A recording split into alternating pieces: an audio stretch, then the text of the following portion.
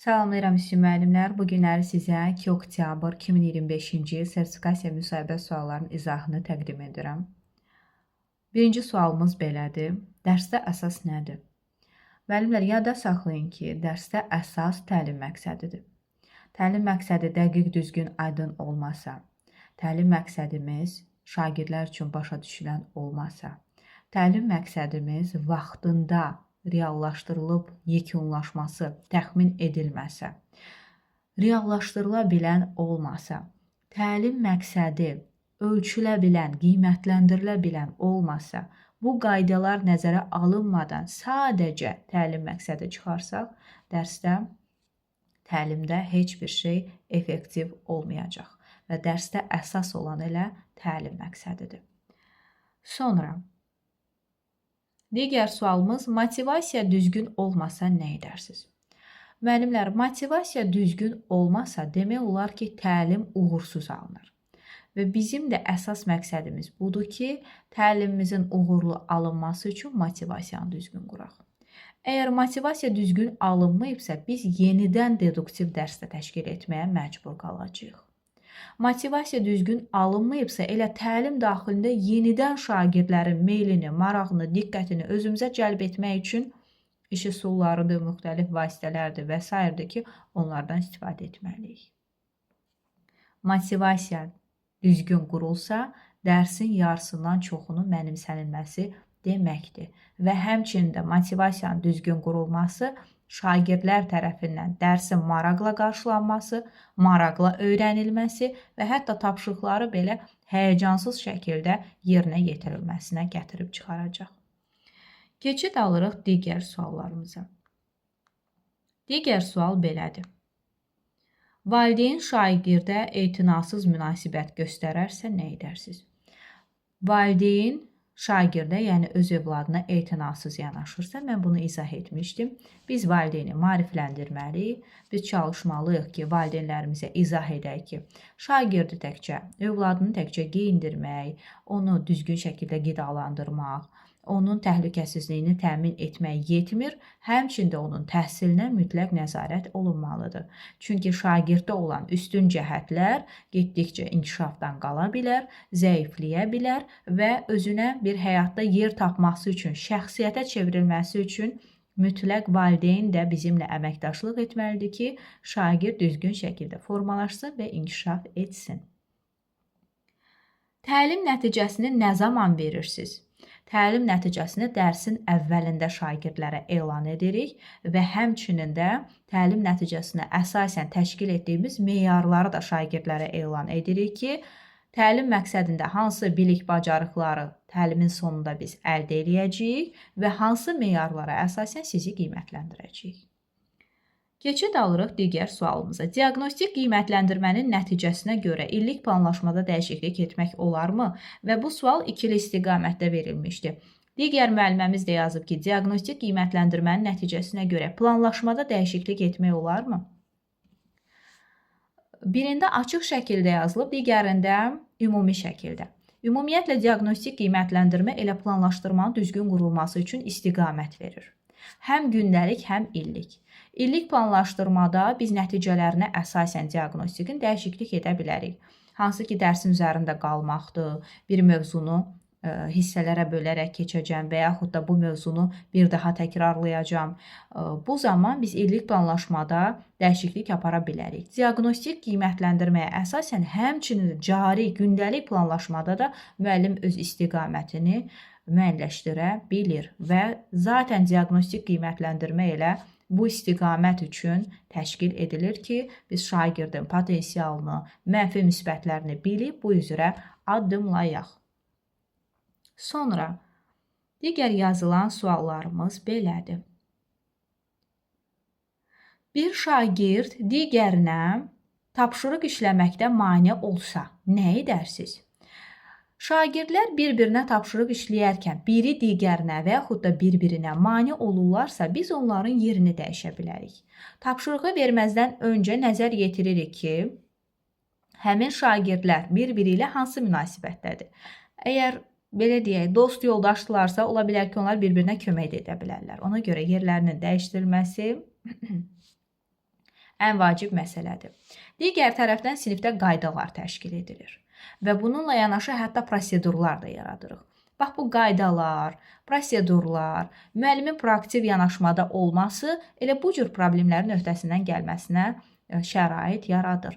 Yəni, biz yerini dəyişə bilərik, şagirdlərə öncədən qaydalar deyə bilərik və hətta izah edə bilərik ki, bir-birinizə mane olmadan tapşırıqları yerinə yetirin. Hətta cavabını bilməsəz belə, narahat olmayın. Səhv etsəz belə, biz sonradan onun üzərində çalışacağıq və sizin üçün ən asan yollarla onun həllini təqdim edəcəyik.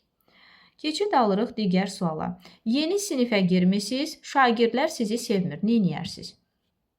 Yeni sinifə girmişik, şagird bizi sevmir, şagirdin bizi sevməsi lazım deyil. Şagird təlimi sevsə, bizi də sevəcək. Buna görə də şagirdlərin meylinə, marağına uyğun şəkildə təlim qurulmalıdır. Təlim şagirdlərin başa düşülən tərzdə, onlar üçün asan olan bir tərzdə qurulması şagirdlərin elə bizi sevməsi deməkdir. Təlimi asan yollarla, tez bir vaxtda, asanlıqla, rahatlıqla mənimsəsələr, onlar üçün maraqlı olsa, əlbəttə o müəllimi də sevəcəklər. Sonra, həmçində sağlam psixoloji mühit də yaradılmalıdır ki, pozitivlik, yüksək enerji olsun ki, şagird orada nəsə öyrənə də bilsin. Formativ qiymətləndirməni nə üçün aparırsınız? Şagird fəaliyyətini izləyib, məqsədə çatması üçün düzgün istiqamət verib, yəni konstruktiv rəy verib, fəaliyyətini izləyərək müsbətlərin daha da inkişaf etdirilməsi, mənfiliklərin aradan qaldırılması üçün biz formativ qiymətləndirməni aparırıq və müxtəlif yollarla. Sonra, yumşaq bacarıqlar və sərt bacarıqlar nədir? Sərt bacarıqlar bizim ixtisasımıza aid olanlardır. İxtisasımdır. Yumşaq bacarıqlar isə hansı ki bizim emosiyalarımız, düzgün şərh etməyimiz, təqdim etməyimiz, münasibət qurmağımız, düzgün izah etməyimiz, şagirdlərə bunu asan yollarla təqdim etməyimiz, bunlar isə yumşaq bacarıqlar, soft skills adlanır və həmçində sərt bacarıqlar da hard skills olaraq insanın öz ixtisasına aid olan bacarıqlardır. Sonra, fərqli uşaqlarla necə işləyirsiniz? Fərqli uşaqlar dedikdə biraz bizim üçün qarışıq qala bilər. Biz diqqət yetiririk ki, fərqli uşaq dedikdə ola bilər o uşaq qüsurludursa, yəni müəyyən qədər əngəlli olan bir uşaqdırsa, düzü biz buna qüsurlu, əngəlli deməməliyik. Sizin belə deyim, başa düşməyiniz üçün mən belə deyirəm, izah edirəm. Həmin uşaqlara, inklüziv uşaqlara deyək, biz yanaşarkən əlbəttə, təlimdə bərabər imkanlar qorunur. Həmin uşağı digərlərindən ayırmaq, özəl davranmaq olmaz. Amma dərsdən sonra öz köməyimizi, istiqamətimizi verə bilərik. Biz diqqət edirik ki, həmin şagird əgər yaxşı oxuyan bir şagirdsə, onun daha da inkişafını təmin etmək istəyiriksə, bu zaman yenə də fərdi şəkildə çalışmağımız daha gözəl olar. Amma fərqli uşaqla necə işləyirsiniz? Burada dəqiq demir inklüzivlik. Bu yaxşı oxuyan şagird də ola bilər, inklüziv uşaq da ola bilər, müxtəlif xüsusiyyətlərinə görə də fərqli ola bilər ki, təlimdə bizim üçün hamısı eynidir və hər birinin xüsusiyyətlərini nəzərə alıb hamının öyrənməsi üçün eyni bir mühit təmin edirik, təşkil edirik. Sonra, təlim məqsədi ilə təlim nəticəsinin fərqi. Təlim məqsədi dərsin əvvəlində alt standartdan təlim məqsədi çıxarırıq, həmin məqsədə doğru addımlayırıq, təlimin sonunda isə təlim nəticəsi əldə edirik. Belə baxanda ikisi də eynidir, amma təlim nəticəsi deyəndə ümumi təlim nəticəsi də ola bilər. Fən üzrə sinifin sonu üçün də ola bilər, məzmun xətləri üzrə təlim nəticəsi ola bilər. Amma təlim məqsədi deyən kimi bilirik ki, söhbət bir akademik saat 45 dəqiqədən gedir. Sonra,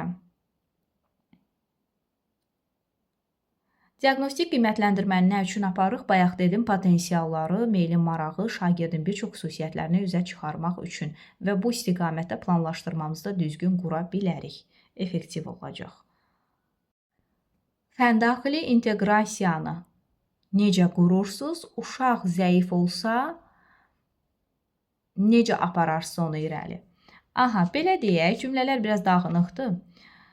Fəndaxili inteqrasiya iki cür olur. Üfüqü məzmun xətləri arasında əlaqənin qurulmasıdır, şaquli isə sinifdən sinifə xatırlatmadır. Əlbəttə ki, əvvəlki siniflərə istinad edirik, əvvəlki sinifləri xatırladırıq, əvvəlki sinifləri yada salırıq. Üfüqi dedikdə isə 2 dənə məzmun, 2 və ya daha artıq məzmun xəttinin əlaqələndirilməsi üfüqi inteqrasiyadır. Şagirdin mövzunu bir istiqamətdə deyil, dərindən öyrənməsinə şərait yaradır.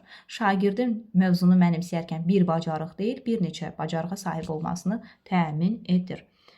Sonra verilən suallardan hansı iş üsulundan və iş formalarından istifadə edirsiniz? 4 iş formasının 4-dən də tədris ili boyunca mütəmadi istifadə etməliyik, mütləqdir. Təlim üsulları isə, iş üsulları isə şagirdləriniz hansı ilə daha yaxşı öyrənirlər? Hər kəsin öz tədrisin forma və vasitələrini sərbəst seçmək hüququ var. Əlbəttə ki, kimə hansı rahatdır, kimin şagirdləri hansı formada öyrənə bilirsə, o iş üsullarının adını çəkə bilər. Beyin əmləsi, BİBÖ, 3-2-1, karusel, akvarium, Fryer modeli və s. Belə, bir mövzunu müxtəlif siniflərə necə başa salarsınız? Bir mövzunu müxtəlif siniflərə eyni üsulla başa salmaq olmaz. Hər sinifin öz xüsusiyyətləri, öz potensial səviyyəsi, öz qavrama metodları var. Buna görə də biz hər bir sinifin bu müxtəlif xüsusiyyətlərini nəzərə alaraq onlara başqa-başqa digər müxtəlif yollarla izah etməliyik ki, onlar biliyi mənimsəyə bilsinlər. İzlədiyiniz üçün təşəkkür edirəm. Kanalımıza abunə olun. Rəyləri gözləyəcəm sizdən, bəyənin və hər birinizin yazdığı rəy, bəyənilər mənim üçün çox önəmlidir və dəyərlidir. Nitq təlimlərimiz davam edir, sertifikasiya müsahibə hazırlığımız davam edir və həmçində sizə dəstək olmaq üçün bir çox seminarlarımız da olacaq. Ətraflı məlumat üçün göstərilən nömrə ilə əlaqə saxlaya bilərsiniz. Təşəkkür edirəm.